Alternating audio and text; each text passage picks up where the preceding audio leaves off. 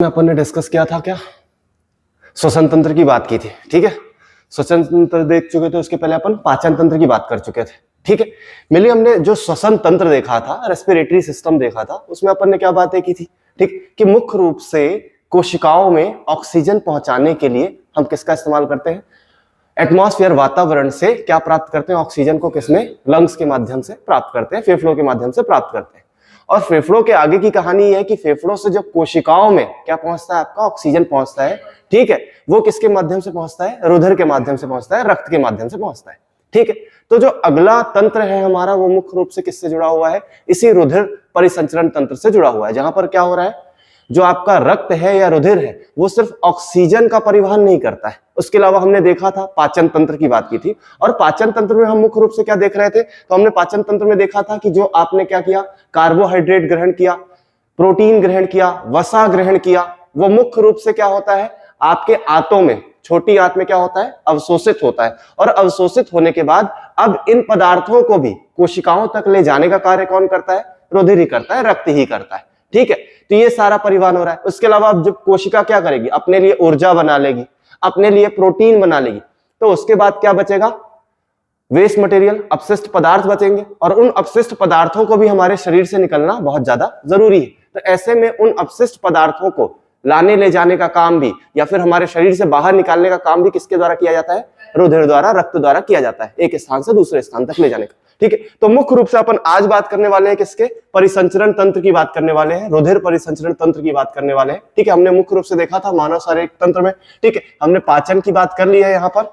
ठीक है, पाचन के बाद मुख्य रूप से अपन ने क्या देखा था, श्वसन तंत्र की यहाँ पर बात की थी। ठीक है, और उसके बाद हम देखने वाले आज क्या, परिसंचरण तंत्र देखने वाले हैं। ठीक है, मुख्य रूप से जो आपका परिसंचरण तंत्र है वो किससे मिलकर बना हुआ है, तो परिसंचरण तंत्र यहाँ पर रक्त से मिलकर बना हुआ है। और रक्त के अलावा, क्योंकि रक्त स्वयं से तो आ जा सकता नहीं है, तो ऐसे में उस पर एक दाब लगता है। ठीक है, और वो जो प्रेशर क्रिएट करता है वो किसके द्वारा क्रिएट किया जाता है, हृदय के द्वारा क्रिएट किया जाता है। ठीक है, एक हमारे पंपन यंत्र होता है, और जो पंपन यंत्र होता है जिसे हम क्या बोलते हैं, हृदय बोलते हैं। ठीक है, हृदय बोलते हैं, और हृदय इसमें होता है। उसके अलावा अगर हम बात करें तो मुख्य रूप से अब जो रक्त है वो भी किनके अंदर चल रहा है, रक्त वाहिकाओं में चल रहा है। ठीक, रक्त वाहिकाओं में। तो इसके अलावा जो इसमें और परिसंचरण तंत्र में शामिल होते हैं वो कौन होते हैं, वाहिकाएं शामिल होती हैं। ठीक है, तो अब कैसे हमारा ये परिसंचरण तंत्र काम करता है वो सबसे पहले जानेंगे, और फिर ये देखेंगे कि उसमें किस प्रकार से हमें फैक्ट दिखाई देते हैं। क्योंकि जो प्रक्रिया है उसी में हमें कुछ ऐसे फैक्ट मिलेंगे जो हमें ये बताएंगे कि हमें कौन सी चीजें आ सकती है और कौन सी चीजें हमें छोड़नी। ठीक, तो मुख्य रूप से हमारे पास एक ये रक्त का जो हृदय का डायग्राम है, जो मुख्य अपना पंपन यंत्र है वो है। ठीक, थोड़ा सा कंफ्यूजिंग लगेगा, तो एक बेसिक हमने क्या स्ट्रक्चर उठाया है, और उस बेसिक स्ट्रक्चर में हमने ये दिखाया है कि एक तरफ हमारी बॉडी है पूरी की पूरी, दूसरी तरफ हमारा हृदय है। ठीक, और तीसरी तरफ हमारा क्या है, लंग्स है, जहां से ऑक्सीजन उठाए गए। तो मुख्य रूप से अपन ऑक्सीजन परिसंचरण तंत्र को देखते हुए यहाँ पर बात करेंगे क्या, ठीक, किसकी, हृदय की, या पूरे के पूरे परिसंचरण तंत्र की। ठीक, तो मुख्य रूप से जो हमारा हृदय होता है, अगर उस हृदय की बात करें तो जो हमारा हृदय होता है वो किसमें, 4 कोष्ठों में डिवाइड रहता है। ठीक है, 4 कोष्ठ में डिवाइड रहता है। ठीक है, 4 ब्लॉक्स होते हैं इसमें। और वो 4 ब्लॉक्स क्यों होते हैं, क्योंकि जो हमारा रुधिर है, रक्त है, वो सिर्फ ऑक्सीजन को ग्रहण नहीं करता है, उसके अलावा वो क्या करता है, कार्बन डाइऑक्साइड को भी बाहर छोड़ता है। तो ऑक्सीजन और कार्बन डाइऑक्साइड वाले दोनों रक्त को अलग अलग रखने के लिए क्या किया गया है, यहाँ पर एक से अधिक कोष्ठ बनाए गए। ठीक है, पहली बात तो वहां पर अगर हम देखें ऑक्सीजन और CO2 को अलग करना है तो 2 कोष्ठ होने चाहिए। तो जो पहला कारण बनता है, पहला जो सवाल बनता है वो क्या बनता है कि 4 कोष्ठ क्यों। ठीक, हालांकि ये प्री में सवाल नहीं आ सकता है, लेकिन फिर भी हमें जनरल जो जानकारी है वो होनी चाहिए, सामान्य जानकारी, कि 4 कोष्ठ होते क्यों है। तो उसका पहला कारण क्या है, ऑक्सीजन वाले ब्लड को और कार्बन डाइऑक्साइड वाले ब्लड को अलग अलग रखने के लिए। और जो दूसरा कारण है वो क्या है, क्योंकि ये जो हृदय है सिर्फ हमारी बॉडी में रक्त नहीं भेजता है, उसको वापस लाकर लंग्स में भी भेजता है। ठीक है, तो ऐसे में जो दूसरा कारण बनता है वो क्या है, जो 4 कोष्ठ है, कि एक तरफ तो क्या करता है, हमारे शरीर से रक्त को लाता है और शरीर में रक्त भेजता है, उसके अलावा उसको क्या, वो किसमें भेजता है, हमारे लंग्स में भी भेजता है, हमारे फेफड़ों में भी भेजता है। ठीक है, तो दोनों कारणों से क्या हो गया है, एक तो अलग अलग रखने के लिए ऑक्सीजन और कार्बन डाइऑक्साइड को, और दूसरा लंग्स और शरीर के बीच में उसे भेजे जाने के लिए क्या किया गया है, 4 कोष्ठ में डिवाइड किया गया। अब ये 4 कोष्ठ हमारे कौन कौन से हैं, तो मुख्य रूप से 2 ऊपर भाग है कोष्ठ है और 2 नीचे भाग है। ठीक है, जो अलग अलग हम भागों की बात करें तो यहां पर अगर हम देखें तो एक कोष्ठ हमें ये दिखाई देता है, दूसरा कोष्ठ ये दिखाई देता है, तीसरा हमें ये दिखाई देता है और चौथा ये दिखाई देता है। ठीक है, जो ऊपर के कोष्ठ है, ठीक है, जिन्हें मुख्य रूप से एट्रियम बोला जाता है और हिंदी में उसे हम क्या बोलते हैं, आलिंद। और ऐसे ही जो हमारे नीचे के भाग होते हैं उन्हें मुख्य रूप से निलय बोला जाता है। ठीक है, तो आलिंद और जो हमारे क्या है, निलय है, यहाँ पर मुख्य रूप से क्या होते हैं, पाए जाते हैं। ठीक है, तो हमारा जो आलिंद होता है वो ऊपर वाला भाग होता है और जो निलय होता है वो नीचे वाला भाग होता है। अब इन्हें भी, इन्हीं आलिंद और निलय को भी क्या किया गया है, दो अलग अलग नाम दिए गए। तो जो बाईं ओर है उसे बायां आलिंद और जो दाईं ओर है उसे दायां आलिंद। देखो ऐसे बना हुआ है, तो ये हमारा बायां है, तो हम बाईं ओर जो जाते हैं वो क्या हो गया हमारा बायां आलिंद और दूसरा दायां आलिंद। ऐसे ही नीचे की ओर देखें तो बायां निलय और दायां निलय, तो चार हमारे भाग। ठीक है, अब ये जो एट्रियम और वेंट्रिकल नाम है, ठीक है, इसमें एक जो हमें मेन चीज याद रखनी है उसका एट्रियम और वेंट्रिकल का ए और वी याद रखना है, क्योंकि इससे बनेगी क्या अपनी एक थ्योरी जिसको हमें याद रखने में बहुत ज्यादा सरलता रहेगी। ठीक है, उसमें हम मुख्य रूप से क्या देखते हैं कि जो हमारा हृदय है वो मुख्य रूप से काम करना कहां से शुरू करता है, तो मुख्य रूप से शुरू करता है दाएं अलिंद से। दाएं अलिंद का जो नोड होता है, ठीक है, वहां से क्या होता है, आपका काम शुरू होता है। ठीक है, हृदय का काम शुरू होता है और इस जो दाएं अलिंद है उसे मुख्य रूप से क्या बोला जाता है, सैन बोला जाता है। ठीक है, साइनो ऑर्ट्रिकल नोड, ठीक है, सैन। और इसे ही हिंदी में क्या बोला जाता है, पेस मेकर। इसके अलावा इसका नाम क्या है, पेस मेकर। ठीक है, पेस मेकर के नाम से भी ये जाना जाता है। ठीक है, कभी कभी किसी का हृदय काम करना बंद कर देता है तो मुख्य रूप से उसके अंदर एक इलेक्ट्रॉनिक डिवाइस लगाया जाता है, और जो इलेक्ट्रॉनिक डिवाइस लगाया जाता है वो कहां पर लगाया जाता है, इसी दाएं आलिंद में। ठीक है, तो ये जो आपका दायां अलिंद है वो मुख्य रूप से क्या कहलाता है, सैन, साइनो ऑर्ट्रिकल नोड, और दूसरा यहां पर वर्ड आता है क्या, पेस मेकर। तो पहला सवाल अगर प्री में बनता है वो क्या बनेगा आपका, पेस मेकर से बनेगा कि पेस मेकर मुख्य रूप से कहां पर होता है, दाएं अलिंद, बाएं अलिंद, दायां निलय, बायां निलय। तो मुख्य रूप से कहां पर होता है, आपके दायां अलिंद में होता है। ठीक है, क्योंकि हृदय की जो प्रक्रिया है वो कहां से शुरू होती है, दाएं अलिंद से शुरू होती है। अब ये प्रक्रिया है कैसी, तो हमने कल क्या देखा था, मुख्य रूप से आपका जो लंग्स है, ठीक है, वो क्या करते हैं, मुख्य रूप से आपके लंग्स क्या करते हैं, ऑक्सीजन को लाते हैं। ठीक है, अपने किसमें, हमने एक वर्ड देखा था गुब्बारे जैसी संरचना। ठीक है, मुख्य रूप से उसे हमने कुपिका बोला था। ठीक है, एल्वियोली बोला था। ठीक है, एल्वियोली तक क्या होते हैं, ऑक्सीजन आता है और उसके बाद यहां पर आता है रक्त, और वो क्या करता है, ऑक्सीजन को ग्रहण करता है और कार्बन डाइऑक्साइड को छोड़ देता है। ठीक है, तो अब इस लंग्स तक, हमारे जो फेफड़े हैं उन तक ब्लड पहुंचाने का काम किसने किया, तो किसने किया, मुख्य रूप से हृदय ने। ठीक है, अब ये जो है वो पहले क्या करेगा, पूरी की पूरी बॉडी से क्या करेगा, यहां पर रक्त को उठाएगा, ले जाएगा जिसमें कार्बन डाइऑक्साइड है, और फिर उसे छोड़ेगा किसके पास, लंग्स के पास। तो उसके पहले क्या होता है, सबसे पहले जो बॉडी से है, जो आपका शरीर है, उससे जो रक्त है जिसमें कार्बन डाइऑक्साइड है, जिसमें कार्बन डाइऑक्साइड है, वो एक माध्यम से, जिसे अपन ने क्या बोला है, वेना केवा, या बोला जाता है क्या, महाशिरा, महाशिरा। ठीक है, मुख्य रूप से जो आपका महाशिरा होता है, शिराओं में क्या होता है, ठीक है, यहां पर एक वर्ड है शिरा और दूसरा अपना क्या आ जाएगा, धमनी। ठीक है, शिरा और धमनी। ठीक है, तो आपका जो धमनी होती है, ठीक है, धमनी में क्या होता है, ऑक्सीजनित या शुद्ध रक्त होता है, और जो आपका शिरा होता है उसमें, ठीक है, अशुद्ध रक्त होता है या कार्बन डाइऑक्साइड वाला रक्त होता है, जिसके अंदर कार्बन डाइऑक्साइड है और उसको छोड़ना है कहां पर, लंग्स के पास में। ठीक है, तो मुख्य रूप से जो बहुत छोटी छोटी सिराएं होती हैं, उन सिराओं को मिलाकर क्या बनता है, आपका एक महाशिरा बनती है, एक बड़ी शिरा बनती है, जो मुख्य रूप से कहां पर पहुंचती है, हृदय में पहुंचती है। और कहां पर, हृदय में भी कहां पर पहुंचती है, वो आपके दाएं आलिंद में। ठीक, दाएं आलिंद में पहुंचती है, और दाएं आलिंद में पहुंचती है, और उसके बाद ये रक्त यहां पर जमा होता है। ठीक है, उसके बाद ये दाएं आलिंद से कहां पर जाती है, दाएं निलय में। ठीक है, दाएं निलय से जाने के बाद वापस से अब क्या होता है, ठीक है, मुख्य रूप से हमारा हृदय कैसे काम करता है, तो ये काम करता है किसपे, प्रकुंचन में और अनुशीतलन में।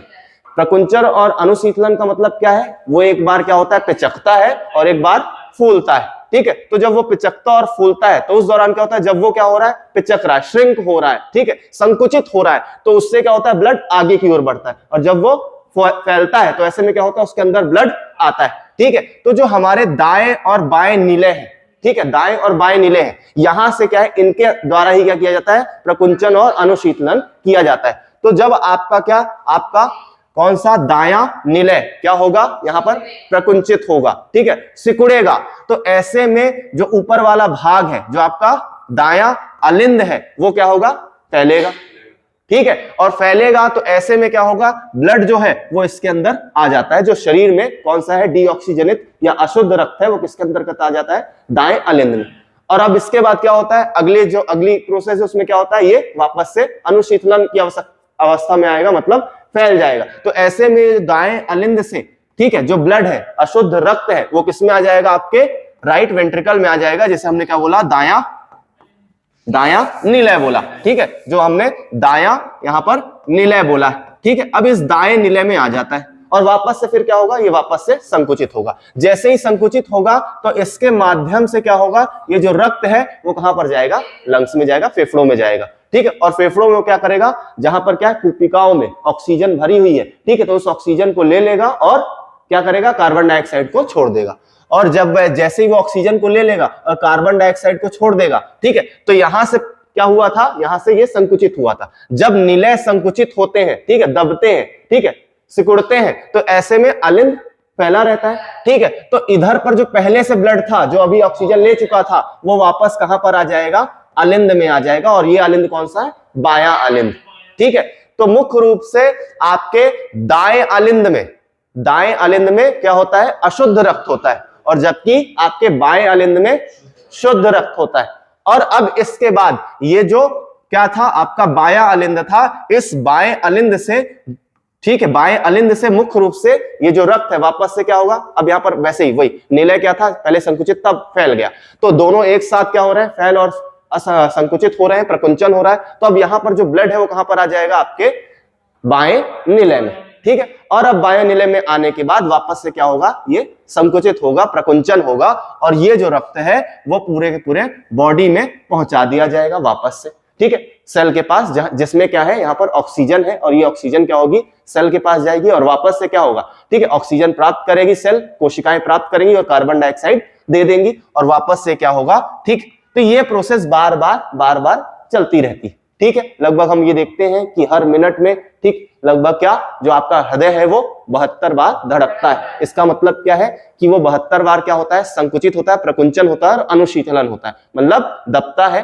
ठीक है। निलय क्या होगा, निलय आपका एक बार क्या हो रहा है, संकुचित भी हो रहा है, श्रिंक भी हो रहा है और वापस से फूल भी रहा है, ठीक है। तो ये एक बार होता है, ऐसा एक मिनट में 72 बार होता है, ठीक है। तो ये जो इसे हम क्या बोलते हैं, तो एक बार में जब वो क्या हो रहा है, संकुचित, प्रकुंचन हो रहा है और वापस से फैल रहा है, अनुशीतलन हो रहा है, तो उसे हम क्या बोलते हैं, एक हृदय धड़कन बोलते हैं, एक हार्ट बीट के रूप में देखते हैं। और ऐसी हार्ट बीट एक मिनट में कितनी बार होती है, 72 बार, 72 टाइम्स होती है, ठीक। तो ये कहानी तो है पहले क्या, कि हमारे जो हृदय किस प्रकार से काम करता है, ठीक है। अब जो दूसरी कहानी है, जहां से आपके बनते हैं सवाल, वो पहला सवाल यहां पर बनता है कि भैया हमने ये देखा, जो आपका कौन सा है, यहां पर दायां निलय, ठीक, कौन सा, दायां निलय है, ठीक है। दाएं निलय की अगर हम बात करें,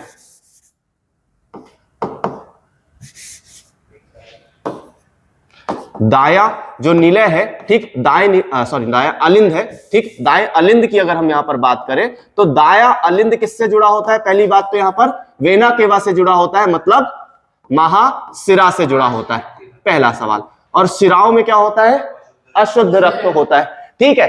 अब यहां पर जो कहानी है वो देखना क्या, कि शिरा को क्या बोला जाता है, वेन्स बोला जाता है, ठीक है, क्या बोला जाता है, वेन्स बोला जाता है, ठीक है। शिराओं को क्या बोला जाता है, वेन्स बोला जाता है, ठीक है। और ऐसे ही अलिंद में जो वर्ड आया है वो क्या आया, एट्रियम आया, ठीक है, एट्रियम आया।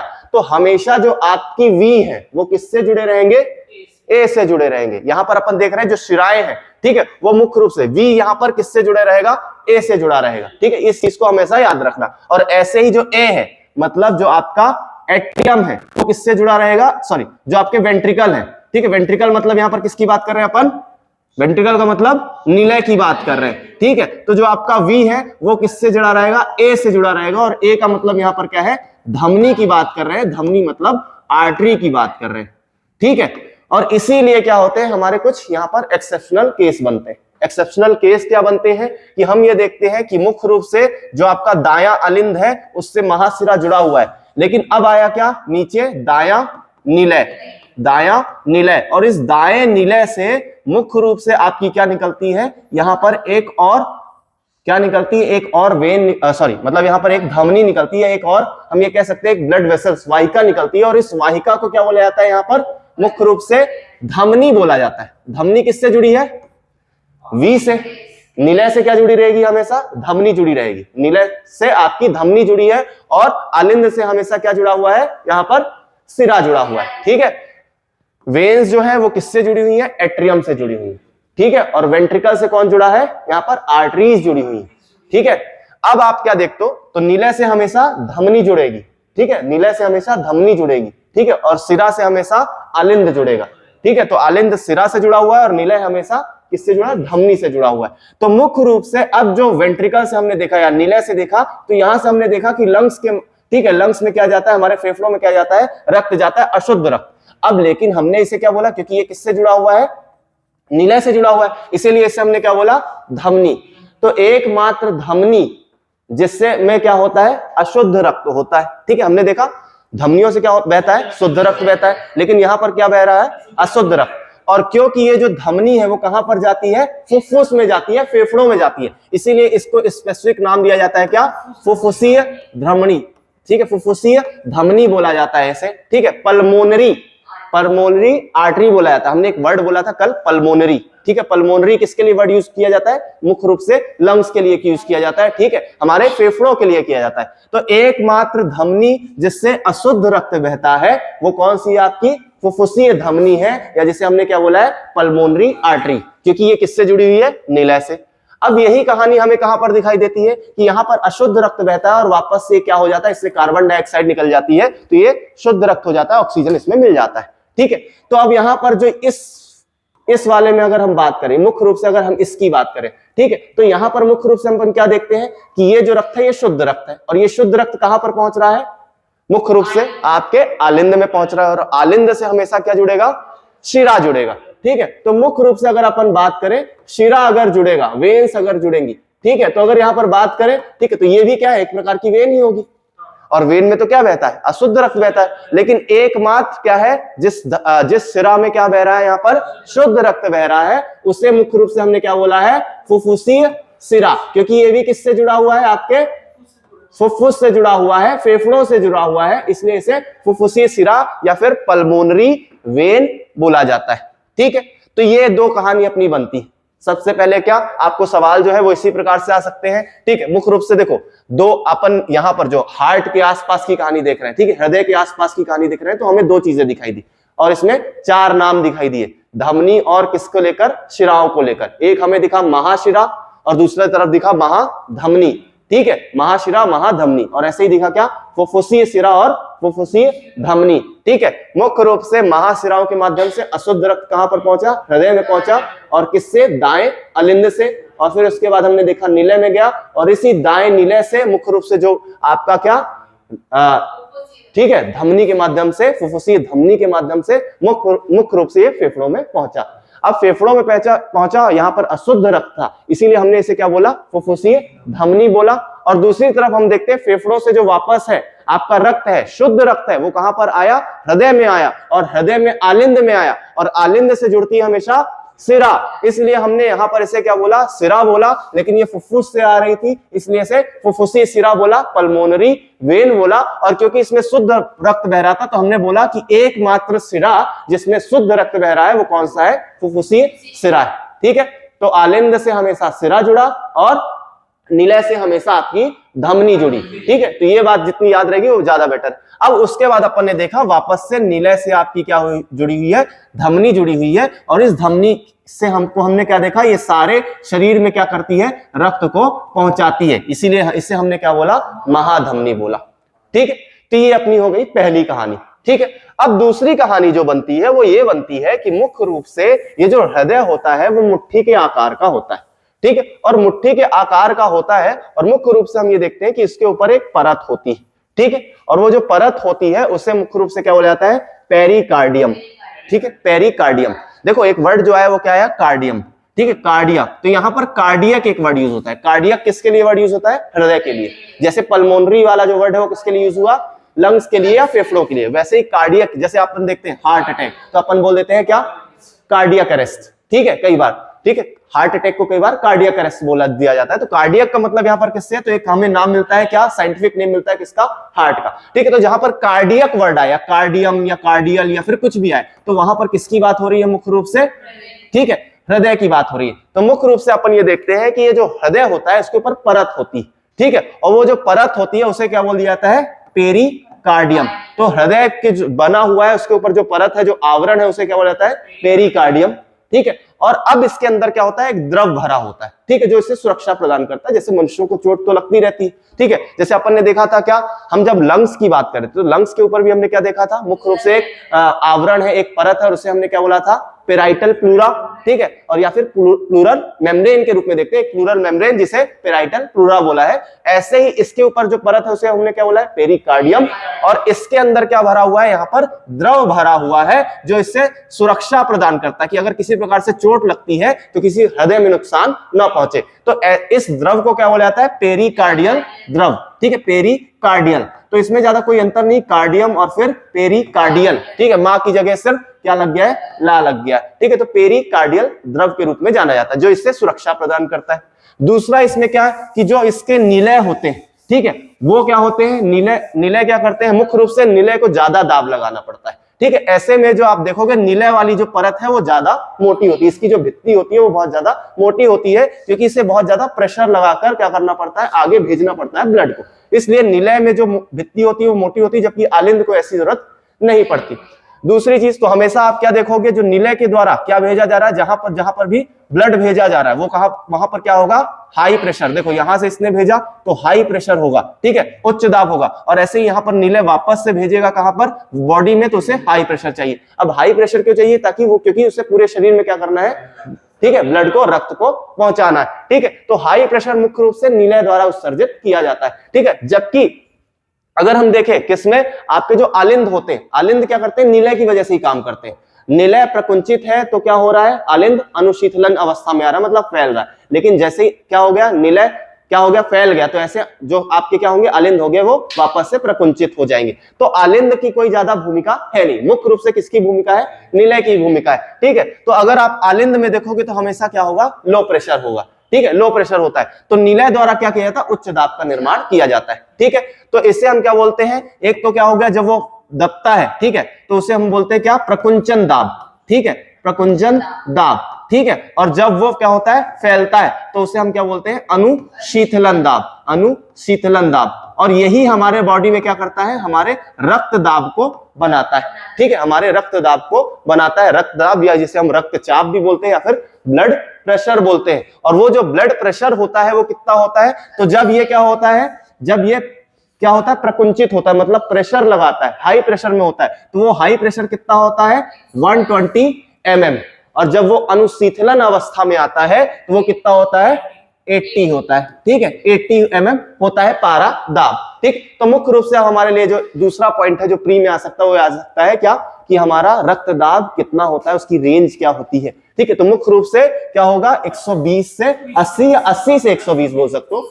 120 mm का मतलब क्या है, यहाँ पर जब हाई प्रेशर, और जो लो प्रेशर होता है वो कितना होता है, 80 mm होता है, ठीक है। तो ये मुख्य रूप से क्या, एक नॉर्मल क्या है, रक्त दाब है, ठीक है। और उसमें भी दो अवस्था आती है, जो दो अवस्था आती है वो क्या होती है, कि कई बार जो हार्ट है उसमें क्या होता है, उसका प्रेशर बढ़ जाता है, उससे हम क्या बोलते हैं, हाइपरटेंशन, ठीक है। और इसकी वजह से आपको क्या, हार्ट अटैक वगैरह भी आ सकते हैं। ये जो हाइपरटेंशन होता है, उस हाइपरटेंशन के समय पर ये जो रेंज होती है वो कितनी होती है, 150 से 90, ठीक है, इसे बोलते हैं हाइपरटेंशन। हाइपरटेंशन का मतलब क्या है, यहाँ पर रक्तदाब अधिक हो गया, ठीक है, ठीक, रक्तदाब अधिक हो गया, मतलब हार्ट बीट में जो प्रेशर है वो बढ़ गया, हार्ट का जो प्रेशर है वो बढ़ गया रक्त को पहुंचाने में, ठीक है। तो इसे बोला जाता है हाइपरटेंशन। और कई बार क्या होता है, थोड़ा सा आपका जो हृदय है वो धीमा काम करने लग जाता है, या प्रेशर कम लगाने लग जाता है, तो उससे बोला जाता है क्या, हाइपोटेंशन।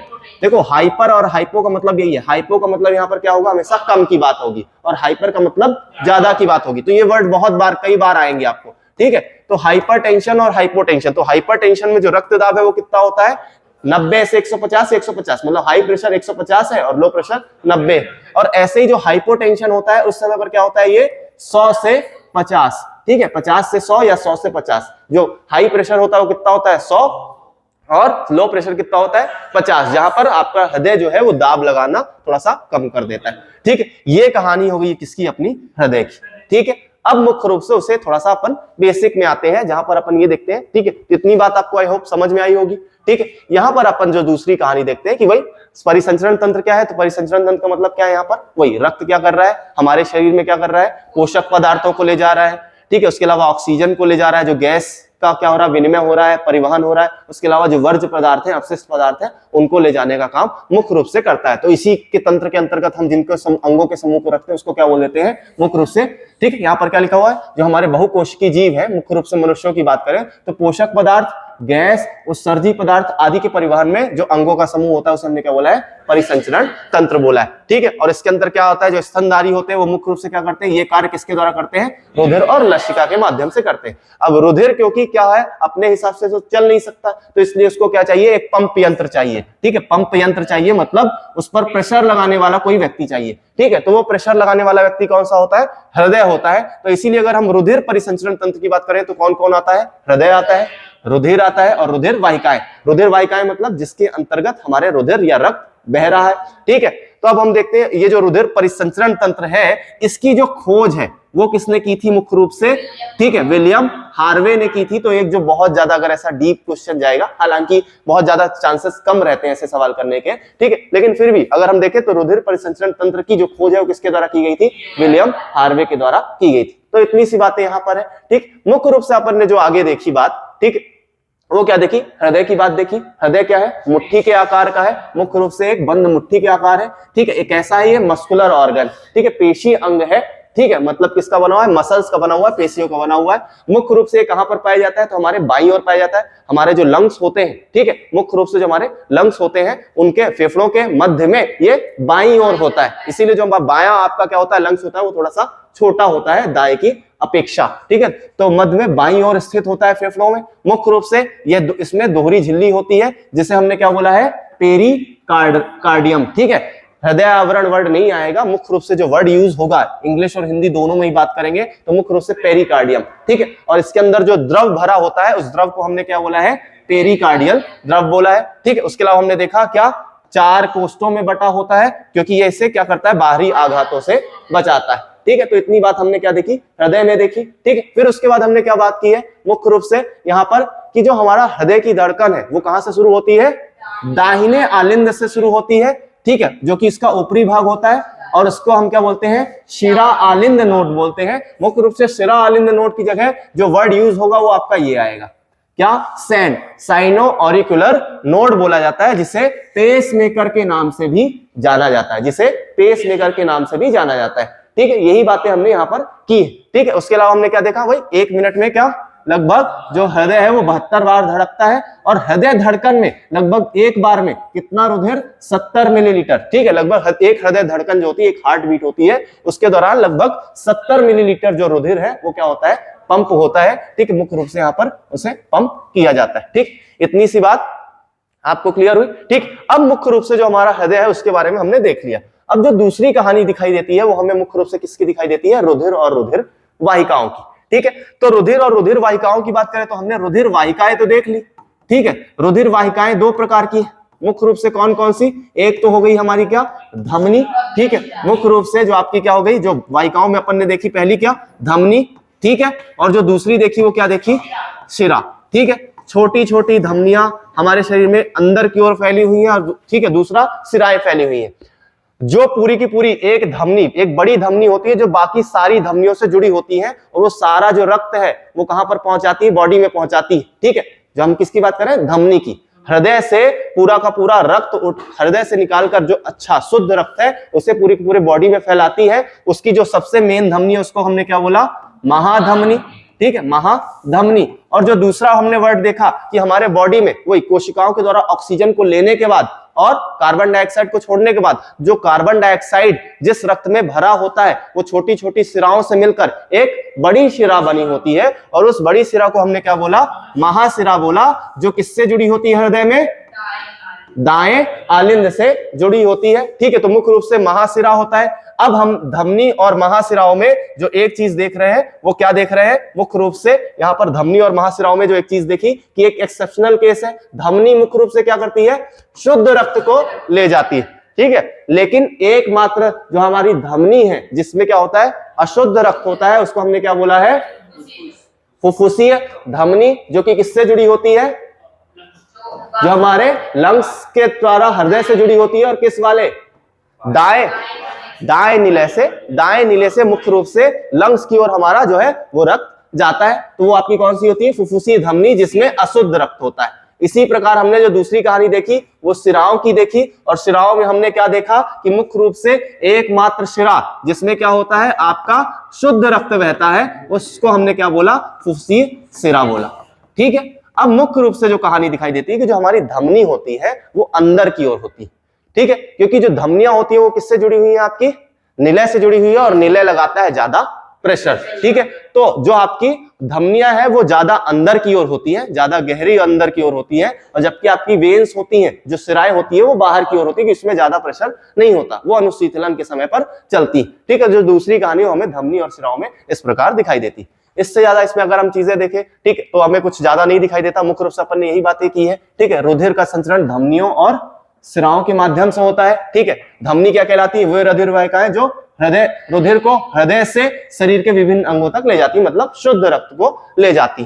ठीक है, और ये इनकी भित्ति कैसी होती है, मोटी होती। मोटी क्यों होती है, क्योंकि इनमें प्रेशर ज्यादा लगता है, अधिक लगता है। ठीक है, उच्च दाब लगता है, और ये क्योंकि अंदर गहराई में पाई जाती है। ठीक है, सामान्यतः शुद्ध रुधिर या ऑक्सीजनित रुधिर प्रवाहित होता है। ठीक, दूसरी जो हमने कहानी यहाँ पर देखी वो क्या देखी कि वही वेन्स की बात की। ठीक है, वेन्स की बात की मुख्य रूप से।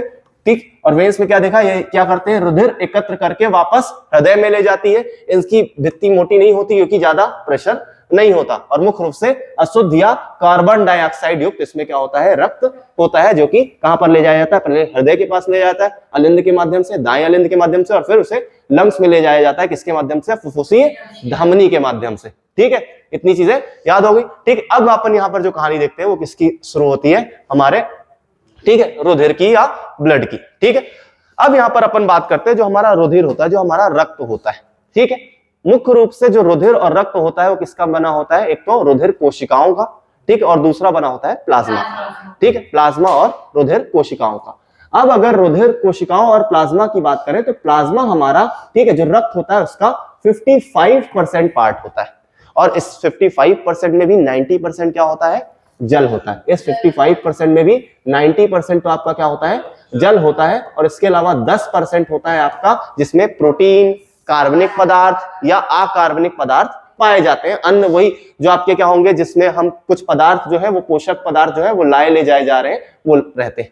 उसके अलावा जो मुख्य रूप से अपन देखते हैं वो कहानी कहां पर जाती है, रुधिर कोशिकाओं में जाती है। ठीक है, रुधिर कोशिकाओं में जाती है, और मुख्य रूप से अगर रुधिर कोशिकाओं की बात करें तो रुधिर कोशिकाएं हमारी होती हैं 3 प्रकार की। ठीक, 3 प्रकार की, और वो 3 प्रकार कौन कौन से हैं, तो पहला है आपका आरबीसी। ठीक है, इसे हमने क्या बोला, लाल रुधिर कणिकाएं। ठीक है, कॉर्पुसेस, यहाँ पर सेल्स वर्ड नहीं लगेगा, क्या लगेगा, कॉर्पुसेस वर्ड आता है। ठीक है, मतलब कणिकाओं की बात कर रहे हैं यहाँ पर। ठीक है, कणिकाएं। ठीक, जो दूसरी होती है वो क्या होती है आपकी, WBC, जिसे हमने बोला व्हाइट ब्लड सेल्स या श्वेत रक्त कोशिकाएं, कणिकाएं। ठीक है, और जो तीसरे होते हैं वो क्या होते हैं आपके, प्लेटलेट्स होते हैं। ठीक है, प्लेटलेट्स होते हैं। ठीक, मुख्य रूप से अब इन पे जो नाम है वो थोड़ा सा डीप आ सकते हैं, मतलब कहानी है कि भैया अब आरबीसी के नाम से हम उसे नहीं बुलाएंगे। ठीक है, अब ये बताओ कि इनके केमिकल नेम या साइंटिफिक नेम क्या है। ठीक है, जो उनके मेनली नाम दिए है वो क्या है। ठीक है, तो ये तो लोकल नेम है जो बहुत ज्यादा आजकल चलने लगे, लेकिन इनके अच्छे नाम बताओ, ऐसे नाम जो थोड़े बहुत एमपीपीएससी में पूछे नहीं जाने लायक। ठीक है, ऐसे लोग बता पाए जिन्होंने पढ़ा हो। ठीक है, तो मुख्य रूप से जो आपका आरबीसी है उसे क्या बोला जाता है, इरिथ्रोसाइट बोला जाता है। ठीक है, इरिथ्रोसाइट्स बोला जाता है। ठीक है, जो आपके क्या है, श्वेत रक्त कणिकाएं हैं, ठीक है, उन्हें मुख्य रूप से क्या बोला जाता है, ल्यूकोसाइट्स, ल्यूकोसाइट्स। ठीक है, और जो आपके प्लेटलेट्स होते हैं वो क्या कहलाते हैं, थ्रोम्बोसाइट्स। ठीक, थ्रोम्बोसाइट्स। तो अब आपकी जो कहानी है वो आरबीसी, डब्ल्यूबीसी और प्लेटलेट से बढ़कर यहां पर आ गई। ये तो सबको पता है। ठीक है, ये किसको पता है, जो तैयारी कर रहा है। ठीक है, जो तैयारी कर रहा है उसको पता है, क्योंकि आरबीसी तो आज के टाइम पर सबको पता है। तो जो कहानी है वो कहां पर जाएगी, अब आपकी ब्लड से अगर जाएगी तो वो आपकी इरिथ्रोसाइट्स, ल्यूकोसाइट्स या थ्रोम्बोसाइट्स। तो बहुत ज्यादा इजी क्वेश्चन में ऐसा दे देगा, अगर ये ऐसा दिया है तो समझ जाओ कि इजी क्वेश्चन दिया, और ऐसा दिया है तो भैया क्या देखते हैं, अच्छा क्वेश्चन है ना, बहुत कम लोग पढ़कर जाएंगे। ठीक है, तो इरिथ्रोसाइट्स, ल्यूकोसाइट्स और थ्रोम्बोसाइट्स के रूप में जाने जाते हैं। ठीक, तो सबसे पहले अपन बात करेंगे किसकी, आरबीसी की। ठीक, जो हमारी जितनी भी कणिकाएं या रक्त कोशिकाएं पाई जा रही हैं उसका जो 90% होता है वो आपका क्या होता है, ठीक, मुख्य रूप से आरबीसी होता है, इरिथ्रोसाइट्स ही होता है। ठीक है, मुख्य रूप से इन आरबीसी का काम क्या है, तो इसमें क्या पाया जाता है, हीमोग्लोबिन पाया जाता है। ठीक है, हीमोग्लोबिन क्या है, इसमें मुख्य रूप से ये हीमोग्लोबिन एक प्रकार का प्रोटीन रंजक है। ठीक है, जिसमें हीम रंजक होता है और ग्लोबिन प्रोटीन होता है, ग्लोबिन प्रोटीन होता है और हीम रंजक होता है। इसी हीम रंजक के कारण क्या होता है, जो क्या होता है, ये जो आपके रक्त होता है वो रेड दिखाई देता है, लाल दिखाई देता है। अगर इसमें ऑक्सीजन की मात्रा ज्यादा आ जाए तो वो और ज्यादा चमकीला हो जाता है, और ऑक्सीजन की मात्रा कम हो तो ऐसे में बहुत ज्यादा कैसा दिखाई देता है, फेड दिखाई देता है। ठीक है, तो मुख्य रूप से अपन देखें, ठीक, तो आपका 90% जो है वो आपका क्या है, आरबीसी है, इरिथ्रोसाइट्स है। ठीक है, और अगर हम इसका काम देखें तो क्या है, मुख्य रूप से ऑक्सीजन को लाना ले जाना, ठीक है, मुख्य काम है। ठीक है, जिसमें अपन क्या देखते हैं, इसके अंदर जो हीमोग्लोबिन होता है और साथ में इसी आरबीसी में क्या पाया जाता है, आपका आयरन पाया जाता है। और ये जो आयरन है वो किसके तरह काम करता है, एक चुंबक की तरह काम करता है, और ये क्या कर देता है, हीमोग्लोबिन की मदद करता है, हीमोग्लोबिन की मदद करता है किसके साथ जुड़ने में, ऑक्सीजन के साथ जुड़ने में। और एक हमने देखा था टेम्परेरी क्या बनाता है, एक अस्थायी यौगिक बनाता है। कल हमने श्वसन तंत्र में जब बात की थी तो हीमोग्लोबिन क्या करता है, एक अस्थायी यौगिक बनाता है, जिसे हमने क्या बोला था, ऑक्सी हीमोग्लोबिन। ठीक है, तो ये किसमें होता है, आरबीसी में मुख्य रूप से होता है, जिसके द्वारा क्या किया जाता है, ऑक्सीजन को लाया जाता है और कोशिकाओं के पास छोड़ दिया जाता है। ठीक है, अब इसी आरबीसी की बात करें, ये थोड़ा बहुत कार्बन डाइऑक्साइड को भी साथ में ले जा सकता है, लेकिन कार्बन डाइऑक्साइड मुख्य रूप से क्या होती है, घुलनशील होती है जल में। तो ऐसे में जो हमारा क्या होता है, प्लाज्मा होता है, वो कार्बन डाइऑक्साइड को लाने ले जाने का ज्यादा काम करता है। ठीक है, तो मुख्य रूप से जो आरबीसी की भूमिका है वो कहां पर होती है, ऑक्सीजन को लाने ले जाने में, वो रक्त में ही है। और दूसरा जो है, उसी रक्त में अपन प्लाज्मा भी देखते हैं, तो वो कार्बन डाइऑक्साइड को लाने ले जाने का काम करता है। ठीक है, अगर दूसरी कहानी अपन देखें किसकी, ल्यूकोसाइट्स की, तो ल्यूकोसाइट्स क्या है, हमारे सुरक्षा तंत्र के रूप में देखे जाते हैं। ठीक है, सुरक्षा तंत्र के रूप में देखे जाते हैं, क्योंकि ये जो डब्ल्यूबीसी होते हैं वो क्या बनाते हैं, हमारे बॉडी में एंटीबॉडीज का निर्माण करते हैं। एंटीबॉडीज क्या है, एंटीबॉडीज का मतलब क्या है, हमारे बॉडी में अगर बाहर से कोई पदार्थ आ जाए जो बॉडी का है नहीं, तो हमारी बॉडी क्या करती है, उसे एंटीजन समझती है या दुश्मन समझती है, और उस दुश्मन के लिए क्या तैयार करती है, हमारे सैनिकों को तैयार करती है। और वो जो सैनिक है वो मुख्य रूप से क्या कहलाते हैं, एंटीबॉडीज कहलाते हैं। और वो कहां पर आपके होते हैं, वो किस रूप में होते हैं, आपके डब्ल्यूबीसी के रूप में होते हैं। ठीक है, तो मुख्य रूप से अपन यहां पर देखा था, सबसे पहला जो टर्म देखा तो क्या देखा था, प्लाज्मा। ठीक है, प्लाज्मा क्या होता है, मुख्य रूप से एक प्रकार का जो आपका रुधिर का एक क्या है, तरल भाग होता है, उसमें प्लाज्मा होता है, जो कि रुधिर का 55% भाग होता है। उसमें से अपन ने क्या देखा, 90% जो भाग है वो आपका क्या होता है, जल होता है, जबकि 10% भाग प्रोटीन, कार्बनिक या अकार्बनिक पदार्थ होता है। और मुख्य रूप से प्लाज्मा क्या करता है, क्योंकि इसमें कार्बन डाइऑक्साइड घुलनशील होता है और इसमें अन्य द्रव्य पदार्थ भी होते हैं, तो मुख्य रूप से कार्बन डाइऑक्साइड, हार्मोन्स और जो आपके अपशिष्ट पदार्थ होते हैं, जो कि कोशिकाओं द्वारा ऊर्जा मुक्त करने के बाद और अपना प्रोटीन बनाने के बाद बचते हैं। ठीक है, उन अपशिष्ट पदार्थ को वो क्या करता है, एक स्थान से दूसरे स्थान पर ले जाता है, परिवहन करने का कार्य करता है। ठीक है, मुख्य रूप से अपन ने क्या देखा, रुधिर कणिकाओं की बात की। ठीक है, और जो रुधिर कोशिकाएं हैं वो क्या होती हैं, 3 प्रकार की। पहली हमने देखी क्या, आरबीसी। इस आरबीसी को हमने क्या बोला था, इरिथ्रोसाइट्स। ठीक है, उसके बाद हमने क्या देखा, मुख्य रूप से, ठीक है, डब्ल्यूबीसी की बात की, जिसे हमने क्या बोला, ल्यूकोसाइट्स। ठीक, और उसके बाद हमने क्या देखा, तीसरा मुख्य रूप से प्लेटलेट्स, जिसे क्या बोला गया, हम ठीक, थ्रोम्बोसाइट्स बोला गया। ठीक है, तो आप आजकल जो क्वेश्चन है वो इसी प्रकार से आ सकता है कि किसके द्वारा क्या किया जाता है, मुख्य रूप से हमारे शरीर में रक्त का थक्का जमाया जाता है, इरिथ्रोसाइट्स, ल्यूकोसाइट्स या थ्रोम्बोसाइट्स, या इनमें से कोई नहीं, या फिर प्लाज्मा डाल देगा। तो अपन को फिर आंसर, अब प्लेटलेट्स नहीं दिया रहेगा, क्या दिया रहेगा, थ्रोम्बोसाइट्स दिया रहेगा। तो थ्रोम्बोसाइट्स द्वारा क्या किया जाता है, रक्त का थक्का हमारे बॉडी में बनाया जाता है। तो मुख्य रूप से जो इसकी भूमिका है वो अभी हम बात करेंगे आगे चलकर, कि रक्त का थक्का जमाने में यह काम करता है और किस प्रकार करता है, उसकी प्रक्रिया क्या है, उसकी भी हम यहाँ पर बात करेंगे। ठीक है, चलिए, तो अपन ये देखा था आगे, लाल रक्त कणिकाओं की बात की थी, इन्हें क्या बोला जाता है, एरिथ्रोसाइट्स बोला जाता है। 99% लगभग जो भाग है, सॉरी, ठीक, 90% है।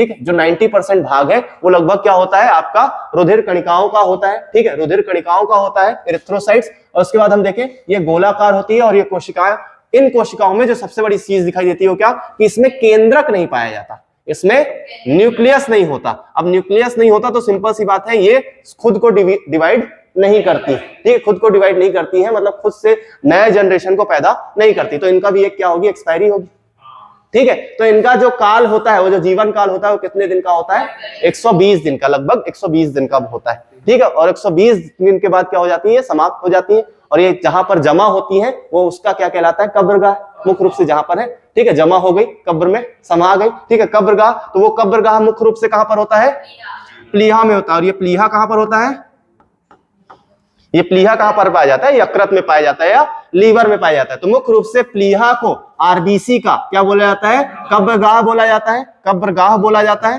ठीक है। जहां पर वो वही 120 दिन बाद जब ये समाप्त होती है तो वहां पर जमा होती है। और ये जो प्लीहा होता है वो कहां पर होता है, यकृत में होता है। और बाद में ये जो कोशिकाएं हैं जो मृत हो चुकी हैं वो आपके बॉडी में ना सड़े, इसलिए यकृत क्या कर देता है, यूरिया के माध्यम से हमारे बॉडी से निकाल भी देता है, ठीक है। तो मुख्य रूप से प्लीहा को क्या बोला जाता है, आरबीसी का कब्रगाह बोला जाता है, ठीक है। हमने देखा आरबीसी हीमोग्लोबिन नामक प्रोटीन रंजक का बना होता है और इन कणों का रंग लाल होता है, क्योंकि मुख्य रूप से अपन देखते हैं इसमें क्या हीम रंजक होता है, हीम अणु जो होते हैं उसके कारण क्या होता है, इनका जो रंग होता है वो लाल रंग पाया जाता है, ठीक है। दूसरी जो हमने बात देखी है, ठीक है, वो किसकी देखी है, मुख्य रूप से इसमें अपन ने देखा हीमोग्लोबिन, ठीक है। हीमोग्लोबिन क्या, ग्लोबिन प्रोटीन से बना है जो कि कितना होता है, 96% होता है। और इसके अलावा अपन ने देखा क्या, इसमें हीम रंजक होता है जो कि कितना होता है, इसका 4% होता है, ठीक है। मुख्य रूप से इन्हीं हीम अणु में क्या पाया जाता है, लोहा पाया जाता है, लौह तत्व पाए जाते हैं जो ऑक्सीजन को बांधने का काम करते हैं और मुक्त करने की भी क्षमता रखते हैं। और यही इसी कारण क्या बनता है, आपका Hb जो होता है वो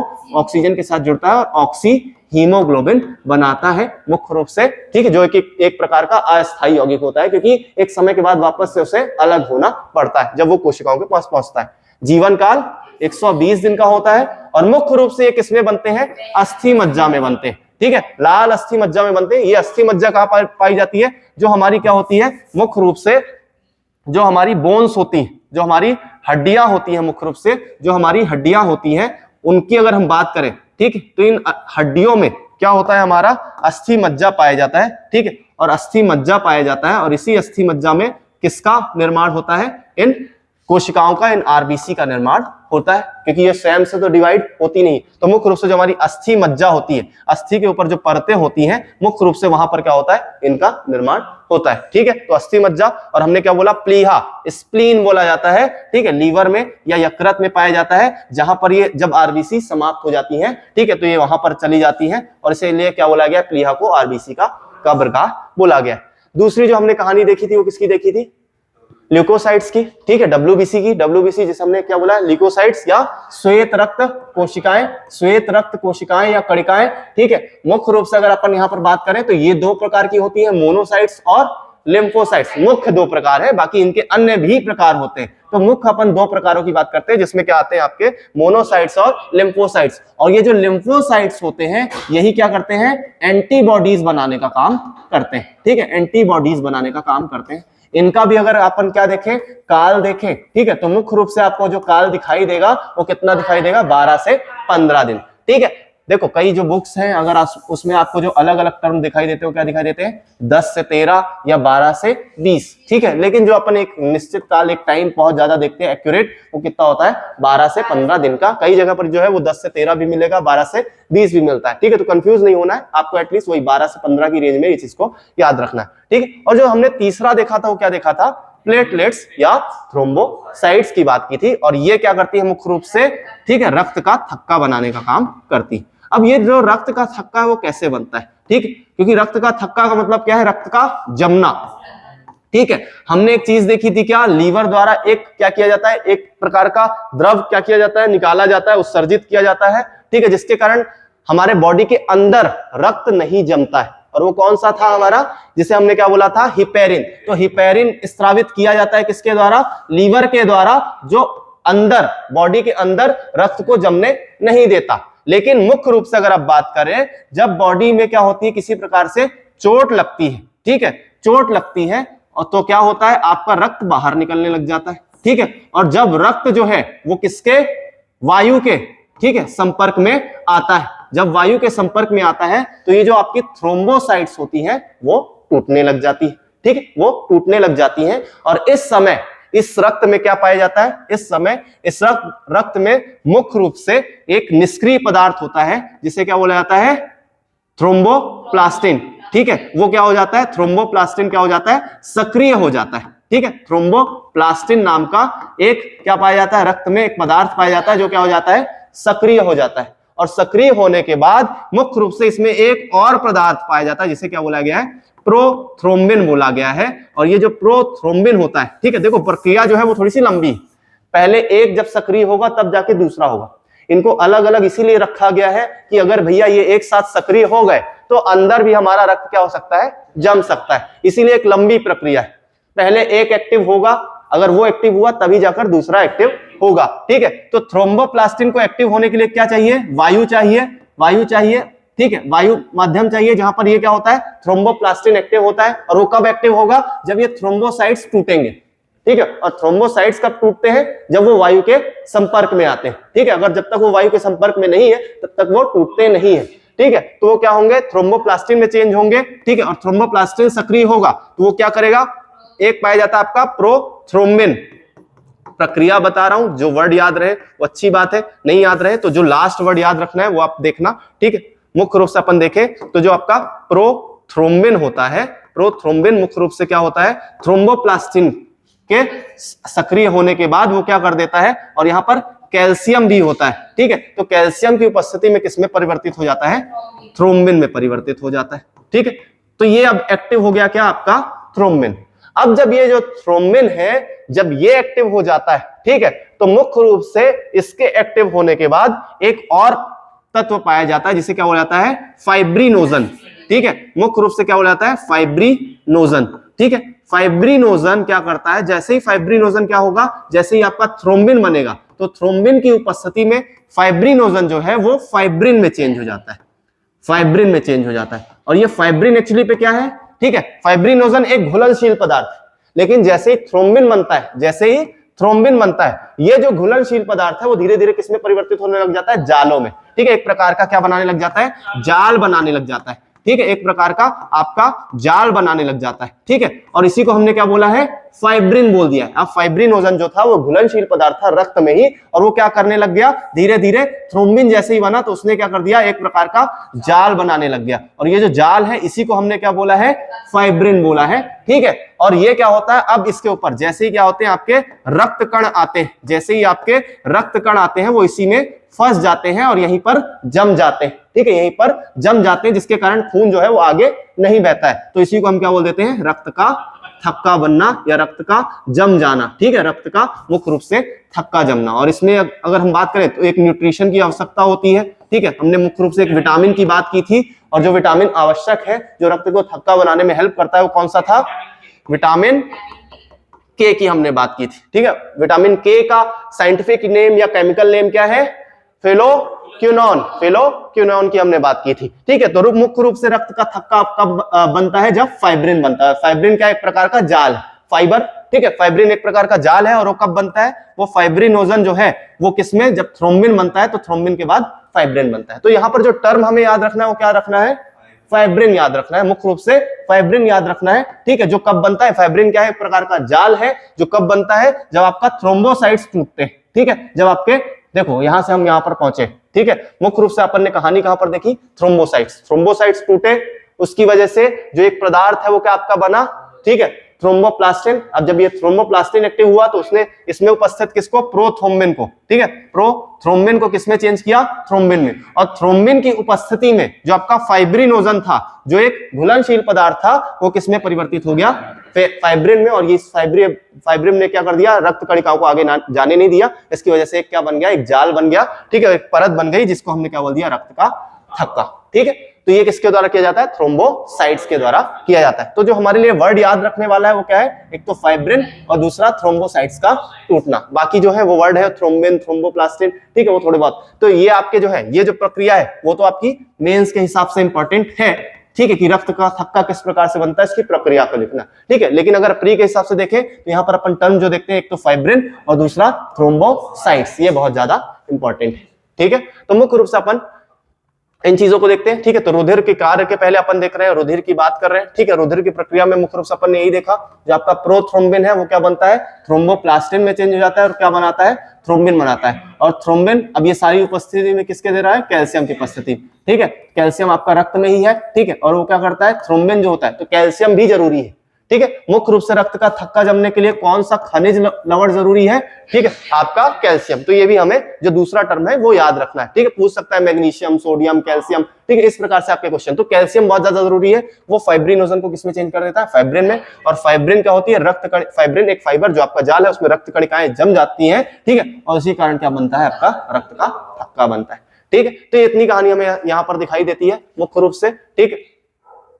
अब देखते हैं क्या रुधिर के कार्य, ये बेसिक सवाल है, ठीक है, मेंस के हिसाब से, लेकिन अगर इसमें अपने लिए भी कुछ जो फायदे का प्री के हिसाब से वो भी मिल जाए तो उसमें क्या है, मुख्य रूप से अपन ने देखा है क्या करते हैं, ये O2 CO2 को वहन करते हैं, हार्मोन्स, पोषण पदार्थ, अपशिष्ट या उत्सर्जी पदार्थों को ले जाते हैं। उसके अलावा हमारे बॉडी में क्या होता है, एक तापमान बनता है, तो उस तापमान को सभी जगह बराबर बनाए रखने के लिए, ताप को नियंत्रित करने का भी काम कौन करता है, रुधिर द्वारा किया जाता है। उसके अलावा हमने देखा था क्या, WBC के माध्यम से क्या शरीर की सुरक्षा करते हैं। तो रक्त का तीसरा जो काम है वो क्या है, सुरक्षा प्रदान करना है, ठीक है। तो ताप का नियंत्रण, रोगों से बचाव, उसके अलावा उत्सर्जी पदार्थों को बाहर निकालते हैं जो हमारे वर्ज्य पदार्थ है, ठीक है। तो उसको अपन ने केवल शरीर की सफाई करते हैं। और हमने देखा थ्रोम्बोसाइट्स की मदद से रक्त का थक्का हमारा जमता है, ठीक है। तो रक्त का थक्का जमता है वो भी क्या है, रुधिर का ही कार्य है, ठीक है। तो इनमें से पूछ सकता है इनमें से कौन सा जो है वो रुधिर का कार्य नहीं, प्री के बेसिस में, लेकिन मेंस के बेसिस में तो ये जो क्वेश्चन है वो बहुत ज्यादा इंपॉर्टेंट इस प्रकार से हमें दिखाई देता है, ठीक है। तो ये चीजें हमें मेनली दिखाई देती है, ठीक। रुधिर के बारे में हमने देख लिया, रुधिर में हमने देखा RBC, WBC और, ठीक है, प्लेटलेट्स की बात की, ठीक है, इरिथ्रोसाइट्स, उसके अलावा, ठीक, ल्यूकोसाइट्स और तीसरा थ्रोम्बोसाइट्स की यहाँ पर हमने बात करी थी, ठीक है।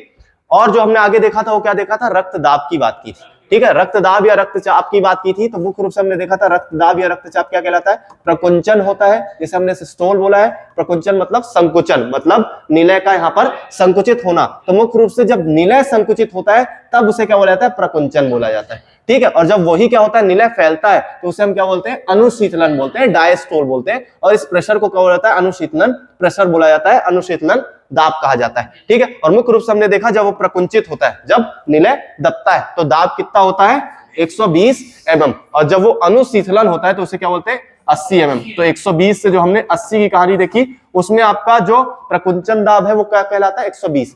क्वेश्चन ये भी आ सकता है कि प्रकुंचन दाब कितना होता है, 80, 120, 100, 150, ठीक है। तो मुख्य रूप से आपका 120 और अनुशीतलन दाब कितना होता है, 80 होता है, ठीक है। इसके अलावा जो आपका ब्लड प्रेशर होता है उसको मापने के लिए मुख्य रूप से किसका यूज किया जाता है, स्फाइग्मोमैनोमीटर, ठीक है। तो ये आपका प्री का जो एक सवाल है वो यहाँ पर आ सकता है क्या, कि मुख्य रूप से किससे जो है रक्तदाब को है वो किससे मापा जाता है, ठीक है।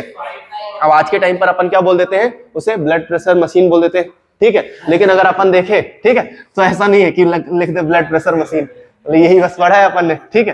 तो आम नागरिक जानते हैं क्या, ठीक है, ब्लड प्रेशर मशीन, ठीक है। लेकिन मुख्य रूप से जो आपका यंत्र होता है वो क्या कहलाता है, स्फाइग्मोमैनोमीटर, स्फाइग्मोमैनोमीटर, ठीक है। मैनोमीटर भी आप देखते हो ना, दाब के लिए यूज होता है, ठीक है। तो स्फाइग्मोमैनोमीटर के नाम से ये जाना जाता है, ठीक है।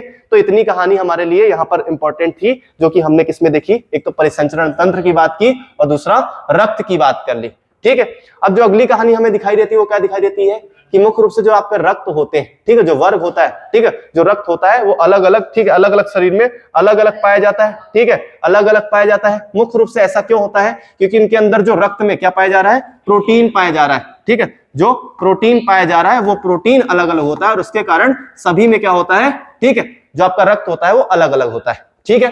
और ये जो प्रोटीन होता है, इसी प्रोटीन को मुख्य रूप से एंटीजन कहा जाता है, ठीक है। इससे क्या बोला जाता है, एंटीजन बोला जाता है, ठीक है। और ये एंटीजन जो है वो सामान्यतः अगर देखें तो 99% में जो है वो एक निश्चित एंटीजन पाए जाते हैं, ठीक है, एक निश्चित एंटीजन पाए जाते हैं। और वो निश्चित एंटीजन है उसको हमने क्या बोल दिया है, जैसे पहले मिला तो वो ABCD की कहानी शुरू होती है, तो हमने जो पहला मिला तो उसको हमने बोल दिया A, ठीक है। जिसमें दूसरे A जैसा नहीं मिला तो उसको हमने बोल दिया B, और जिसमें दोनों जैसी सामान्यता मिली उसको हमने बोल दिया AB, और जिसमें दोनों नहीं मिले उसको हमने बोल दिया O। और इसी कारण जो 99% लोग हैं उनका जो ब्लड ग्रुप है वो किससे जाना जाता है, ए बी, ठीक, ए बी और ओ। अगर वहां पर ये प्रोटीन जो है वो ये वाला पाया जा रहा है, ठीक है, एंटीजन ए का, तो उसे हमने ए ब्लड ग्रुप का बोला, ठीक है। उसके बाद हमने क्या बोला, जो बी है अगर ऐसा नहीं है तो वो दूसरा हो सकता है बी, ठीक है। और जो तीसरा प्रकार देखा दोनों ही मिल रहे हैं प्रोटीन, तो उसको हमने ए बी बोला, और जिसमें दोनों ही नहीं थे उसको हमने क्या बोल दिया, ओ।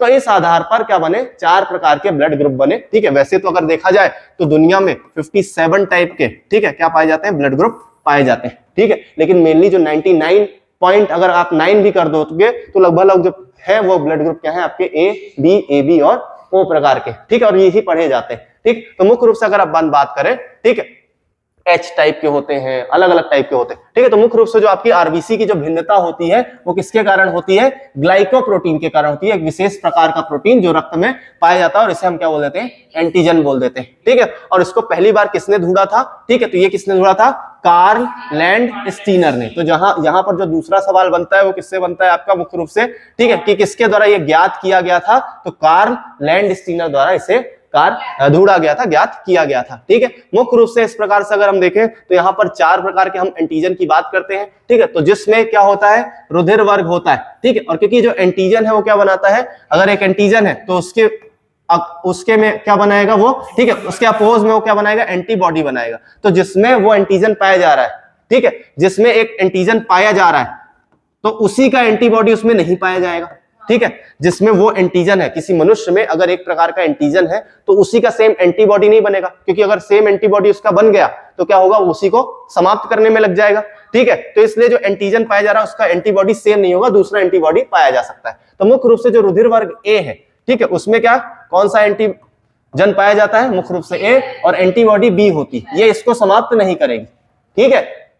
लेकिन अगर ये आ गया, इसके पास बी वाला व्यक्ति आ गया तो क्या कर देगा, वो उसको समाप्त कर देगा, ठीक है, जमा देगा खून को, ठीक है। तो मुख्य रूप से जो एंटीजन एक बॉडी में पाया जा रहा है, ठीक है, वो मुख्य रूप से उसका ही एंटीबॉडी उस बॉडी में नहीं पाया जाएगा। तो रुधिर वर्ग ए होता है जिसका एंटीजन ए होगा और एंटीबॉडी बी, ऐसे ही बी, ठीक है, बी। और अगर ए बी है तो दोनों ही जगह पर अपन देखते हैं यहाँ पर ए और बी दोनों पाए जाएंगे, ठीक। तो ये तो आसान बात है कि भैया जिसमें जो ब्लड ग्रुप है वही एंटीजन है, ठीक है।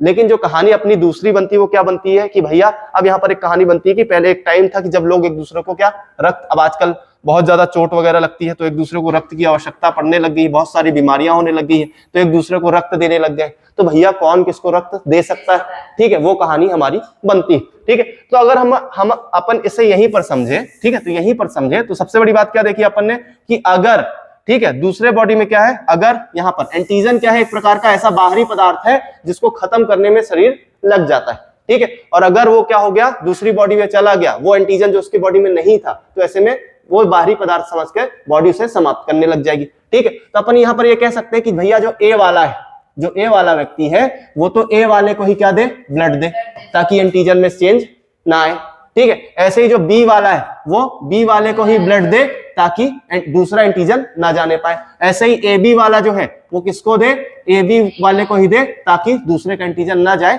और ऐसे ही ओ वाले में, तो ओ वाले की कहानी कैसी आती है यहाँ पर कि भैया इसमें तो एंटीजन ही नहीं है, वो तो किसी को भी देगा तो दूसरे में बाहरी पदार्थ तो जाएगा नहीं, ठीक है। तो इसे हम क्या बोल देते हैं, यूनिवर्सल डोनर, ठीक है, यूनिवर्सल डोनर के रूप में इसे देखते हैं, ठीक है, यूनिवर्सल डोनर के रूप में देखते हैं, ठीक है, जो क्या कर सकता है, सभी को रक्त दे सकता है। रक्त क्यों दे सकता है, क्योंकि इसमें एंटीजन ही नहीं है। तो अगर दूसरे की बॉडी में गया भी तो भैया जब कोई रिएक्शन ही नहीं हुई क्योंकि एंटीजन तो आया ही नहीं, ठीक है, तो ये आपका क्या होता है, ओ होता है। इसी तरह अगर ए बी की बात करें तो ए बी क्या क्या कर सकता है, सिर्फ ए बी वाले को तो दे सकता है, ठीक है, ठीक, लेकिन बाकी दूसरे को दे नहीं सकता, जैसे ओ को नहीं दे सकता क्योंकि ओ को जैसे ही देगा एंटीजन आया तो क्या होगा, ओ के जो अंदर जो एंटीबॉडी है वो क्या करने लग जाएगी, उसे समाप्त करने लग जाएगी। तो ए बी क्या है, सिर्फ ए बी वाले को देगा, कहानी ऐसी पड़ जाती। अब दूसरी कहानी देखते हैं कि इसमें हमें कुछ और ज्यादा रिलेशन दिखाई देते हैं। जैसे अगर ए व्यक्ति है वो ए बी को भी दे सकता है, क्यों, क्योंकि पहले से उसके पास ए है, तो ऐसे में कोई दिक्कत की बात नहीं। ऐसे ही बी वाला भी किसको दे सकता है, ठीक है, ए बी को दे सकता है, क्योंकि यहां पर क्या है, उसके पास पहले से ही भी है, तो कोई दिक्कत की बात है ही नहीं, ठीक है। तो वो हमारा क्या बनता है कि किसको वो दे सकता है और किससे वो ले सकता है, ठीक है। तो जो पहली कहानी हमें दिखाई देती है वो किसकी दिखाई देती है, रुधिर वर्ग में, कि कौन किसको किससे रुधिर दे सकता है और किससे ग्रहण कर सकता है। तो ए की अगर हम बात करें तो मुख्य रूप से ए वाला ए को तो दे ही सकता है और दूसरा ए बी को दे सकता है, और किसको नहीं दे सकता, तो मुख्य रूप से अपन यहां पर देखें तो किसको नहीं दे सकता, ओ और बी को नहीं दे सकता, ठीक है। ओ और बी को क्यों, क्योंकि बी में अगर जाएगा तो क्या हो जाएगा, ए वाला एंटीजन पहुंच गया और ओ वाले में तो था ही नहीं एंटीजन, और अगर आप उसको देखते हो तब भी क्या होगा। इसी तरह कहानी किसकी है, बी की, बी वाला बी को दे देगा और ए बी को दे देगा, और उसके अलावा किसको नहीं देगा, वो मुख्य रूप से ओ और ए को नहीं देगा, ठीक है। ऐसी कहानी ए बी में, तो ए बी वाला सिर्फ ए बी को दे सकता है, ठीक है, बाकी किसको नहीं दे सकता, मुख्य रूप से ओ ए और बी को नहीं दे सकता, क्योंकि ए वाले को देगा तो बी भी तो जाएगा साथ में, तो ए वाला रिएक्ट करेगा, और बी वाले को देगा तो उसमें ए जाएगा, तो ऐसे में वो रिएक्शन होगी। और ओ वाला क्या है, ठीक है, सबको दे सकता है, ठीक है, ठीक है, और ग्रहण करने में किससे कर सकता है, ठीक है, सिर्फ केवल ओ से क्या कर सकता है, इसे ग्रहण कर सकता है, ठीक है। तो ये कहानी दिखाई देती है किससे ले सकता है और किसको दे सकता है, ठीक है। हालांकि यहां तक अभी सवाल जो है वो इतने गए नहीं है, ठीक है, लेकिन फिर भी अपन जो बेसिक टर्म्स है वो अपन कवर करना बहुत ज्यादा जरूरी है, ठीक। तो ये हमें इतनी कहानी जो है वो यहाँ पर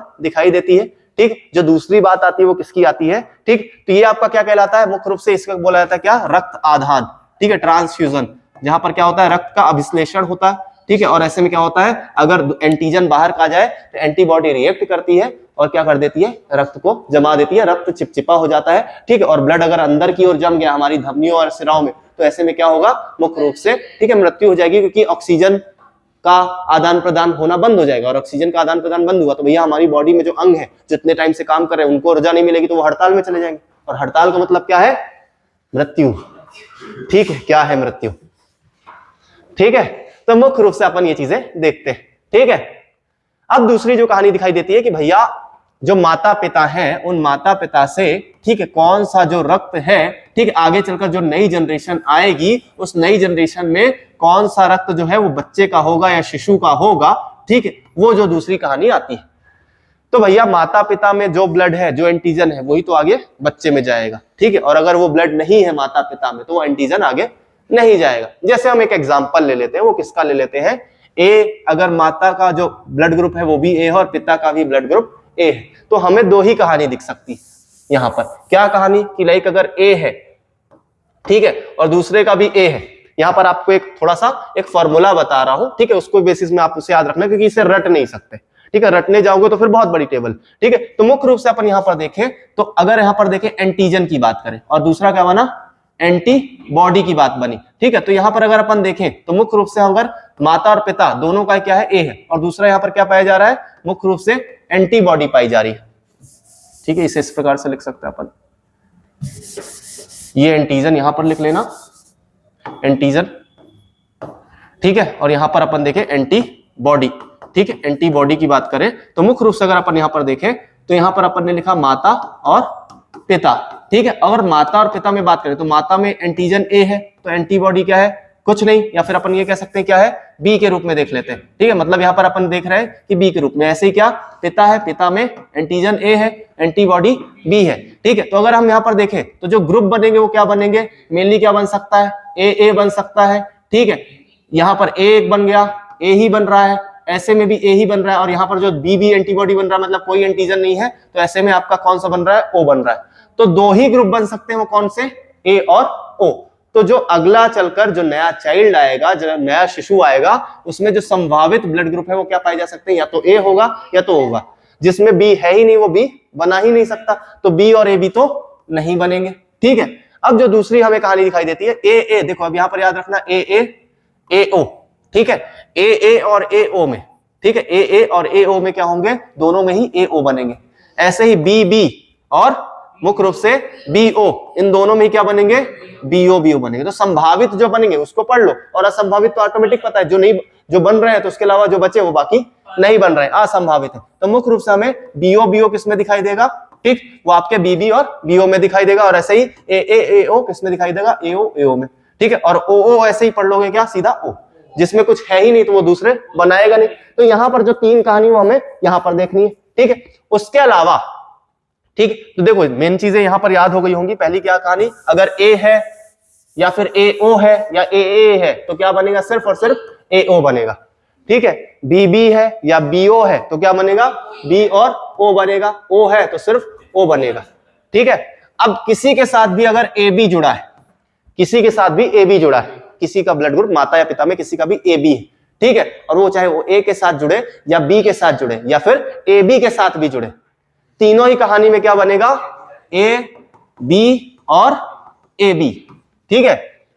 चाहे A AB के साथ जुड़े, ठीक है, चाहे A AB के साथ जुड़े, ठीक है, या B के साथ जुड़े, AB जो है वो B के साथ जुड़े या AB के साथ जुड़े, तीनों ही कंडीशन में क्या बनेंगे, AB, AB और AB और AB और AB, ठीक है। ये दो चीजें हमें यहां पर याद रखनी। पहला क्या देखा, AA में O, ठीक है, AA या AO में क्या बना, AO, ऐसे ही BB या BO में BO और ऐसे ही O में O। और अगर किसी के साथ भी कहानी कैसी बनी, कोई भी ब्लड ग्रुप अगर किसी माता पिता में किसी का भी ब्लड ग्रुप क्या है, AB है, ठीक है, तो ऐसे में क्या होगा, किसी का भी एक का भी क्या है, AB है, दोनों का भी AB है, तो तीनों ही में क्या बनेंगे आपके A, B और AB बनेंगे, O नहीं बनेगा, ठीक है, O नहीं बनेगा। ये चीज हमें यहां पर याद रखनी। और जो इसमें एक लास्ट बचा वो आपका मुख्य रूप से क्या बचा, जब AB जो है वो O के साथ जुड़ेगा, एक तरफ मतलब एक दूसरे के उल्टे, ठीक है, एक तरफ जिसके पास दोनों एंटीजन है और एक तरफ जिसके पास उनमें से कोई भी एंटीजन नहीं, तो ऐसी अवस्था में क्या बन सकता है, या तो A बन सकता है या तो B बन सकता है, लेकिन दोनों तो नहीं बनेंगे। जिनके पास दो मतलब एक का AB है, दोनों के एक दूसरे के उल्टे हैं अगर, ठीक है, दोनों के एक दूसरे के उल्टे मतलब एक के पास दोनों एंटीजन है और एक के पास कोई नहीं, ठीक है, तो यहां पर कहानी क्या हो रही है कि ऐसे माता पिता में बोल रहे हैं, ठीक है, कि ना ही तुम्हारा रहेगा ना ही तुम्हारा रहेगा, हम तो दूसरा ही बनाएंगे, ठीक, बाकी जो बचे। तो वहां पर अपन कहानी किसकी देखते हैं, A और B की, ठीक है। तो ये कहानी दिखाई देती है, तो ये प्रकृति का खेल है, प्रकृति ऐसा कर रही है, ठीक है। तो इस प्रकार से अपन जो संभावित ब्लड ग्रुप है वो हमें A और B दिखाई देते हैं, ठीक। देखो ये जो मजाक की बात है वो इसलिए कर लेता हूं ताकि चीजें याद हो जाए, ठीक है, क्योंकि पढ़ाई में हमारा मन कम लगता है, मजाक मजे मजे में तो बहुत कुछ सीख लेते हैं, ठीक है। तो ये कहानी हमें दिखाई देती, ठीक है। तो ये चीजें समझ में आई। ब्लड ग्रुप के कारण जो आनुवंशिक बीमारियां हैं वो पीढ़ियों में जा सकती हैं, ठीक है। अगर नहीं तो आपकी जो आनुवंशिक बीमारियां हैं वो आनुवंशिक बीमारियां तब जा सकती है। आनुवंशिक बीमारियों का ही मतलब क्या है, मुख्य रूप से जीन में होने वाली बीमारी, ठीक है। मुख्य रूप से जो हमारे आनुवंशिक लक्षण होते हैं वो कोशिकाओं में पाए जाते हैं, और कोशिकाओं के अंदर किसमें पाए जाते हैं, ठीक है, हमारे डीएनए में पाए जाते हैं, और डीएनए के जो छोटे भाग हैं उन्हीं को हम क्या बोलते हैं, जीन बोलते हैं, ठीक है। मुख्य रूप से जो है आपके जीन है, अगर इसमें किसी प्रकार की समस्या उत्पन्न हुई है तो यही जो न्यूक्लियस है, यही जो आपका सेल है, ये दूसरी बॉडी में भी जाएगा, जो नई जनरेशन आएगी, और वो जो न्यूक्लियस है वो सेम डीएनए है, अगली क्या जनरेशन में भी जाता है। और जब जनरेशन में जाता है तो वो अगर अनुवांशिक मतलब जीन की वजह से कोई अगर बीमारी हुई है तो अगली बीमारी उसमें भी हो सकती है, मतलब अगली जनरेशन में भी यहाँ पर हो सकती है। तो वो उसका कारण क्या है, ब्लड नहीं है, उसका कारण क्या है, मुख्य रूप से जीन है जो कि कोशिकाओं के अंदर पाए जा रहे हैं। हाँ, सारे के सारे जो हैं वो अनुवांशिक, इसीलिए तो इनको अनुवांशिक बीमारियों के रूप में बोलते हैं। अभी उससे चर्चा करेंगे क्या होता है अनुवांशिक बीमारियां, ठीक है। अनुवांशिक बीमारियां हमें देखनी है। तो मुख्य रूप से जो आपके अनुवांशिक का मतलब ही होता है, ठीक है, वो लक्षण जो एक पीढ़ी से दूसरी पीढ़ी में जा रहे हैं। तो अगर वो एक से दूसरी पीढ़ी में जा रहे हैं तो पहली पीढ़ी में अगर वो समस्या है तो वो अगर वो लक्षण किसके जीन के कारण हो रही तो अगली पीढ़ी में भी जाएगी, क्योंकि वो सारे के सारे लक्षण एक साथ जो है वो डीएनए के फॉर्म में सीक्वेंस में जा रहे हैं, जिसे हम मुख्य रूप से क्या बोल देते हैं, 23 पेयर ऑफ क्रोमोसोम्स, क्रोमोसोम के रूप में देख लेते हैं, ठीक है। तो उसकी बात करेंगे, ठीक।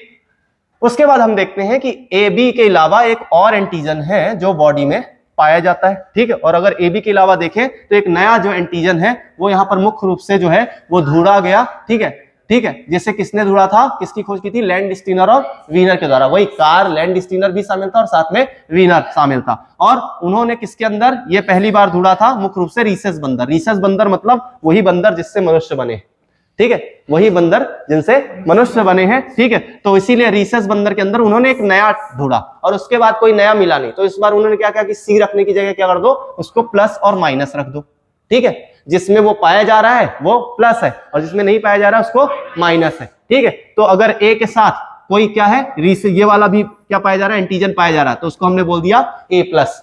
तो अब ऐसे में जो ए प्लस वाला व्यक्ति है वो ए प्लस को तो खुद दे सकता है, लेकिन ए माइनस वाले को नहीं दे सकता, ए माइनस वाले को नहीं दे सकता, क्योंकि जो एंटीजन इसके पास है ही नहीं। तो ऐसे में अगर वो जाएगा तो जम जाएगा। तो दूसरी कहानी वो हमें इस प्रकार से दिखाई देती, ठीक है। तो प्लस माइनस में ये कहानी कि प्लस वाला माइनस को नहीं दे सकता, ठीक है, माइनस वाला प्लस को दे सकता है, माइनस का मतलब यहाँ पर क्या है कि है ही नहीं वो एंटीजन। ठीक है, तो ये जो दूसरा ब्लड ग्रुप देने का है, रक्त आधान का है, वो हमें क्या दिखाई देता है, यहां पर दिखाई देता है। इसकी वजह से अब एक होती है क्या, बीमारी। ठीक है, मुख्य रूप से इसकी वजह से जो है वो एक बीमारी के रूप में हम यहां पर देखते हैं, और वो जो बीमारी है उसे मुख्य रूप से बोला जाता है क्या, इरिथ्रोब्लास्टोसिस फिटेलिस। ठीक है, तो ये जो इरिथ्रोब्लास्टोसिस फिटेलिस है वो मुख्य रूप से नेक्स्ट जनरेशन को लेकर ये कहानी है कि मुख्य रूप से जो बच्चा है वो किसकी कोख में पलता है, माता के कोख में पलता है। ठीक है, और माता के पास अगर क्या नहीं है, नया एंटीजन नहीं है, जो दूसरा एंटीजन अगर वो नहीं है, तो ऐसे अगर माता की कोख में वो एंटीजन आ गया तो ऐसे में क्या होगा, वो बॉडी जो है, माता की जो बॉडी है वो उस एंटीजन को समाप्त करने में लग जाएगी। तो ऐसे में अगर शिशु के रक्त में क्या है, वो एंटीजन पाया जाता है जो कि माता की बॉडी में नहीं है, तो ऐसे में क्या हो जाएगा, जो माता का शरीर है वो शिशु को ही समाप्त करने लग जाता है। ठीक है, और इसी को क्या बोला जाता है, इरिथ्रोब्लास्टोसिस फिटेलिस के नाम से जाना जाता है। अब ऐसी अवस्था बनती कब है, ऐसा एंटीजन आएगा कब, तो वो कब आएगा, जब पिता में वो एंटीजन। ठीक है, क्योंकि जो नई जनरेशन है, जो नया शिशु है, वो किसके द्वारा, पिता और माता दोनों के द्वारा क्या किया जा रहा है, लाया जा रहा है। तो ऐसे में जो संभावनाएं वो किस प्रकार से बनती हैं कि ये पिता और माता, ठीक है, मान लो फॉर एग्जांपल हमने क्या बोला, पिता और माता की बात करें, तो पिता अगर क्या है, प्लस ग्रुप का है, ठीक है, और माता माइनस ग्रुप की है। ठीक है, माइनस ग्रुप की है, जहां पर RH जो है वो फैक्टर नहीं पाया जाता। ठीक है, तो अगर पिता और माता से जो गर्भ में नया शिशु बना, अगर वो क्या है, माइनस ग्रुप का ही बना, क्योंकि रैंडम प्रकृति का खेल है, माइनस ग्रुप का ही बना, तो क्या होगा, किसी भी प्रकार से हम ये देखते हैं कि माता जो है की बॉडी है वो शिशु को नुकसान नहीं पहुंचाएगी।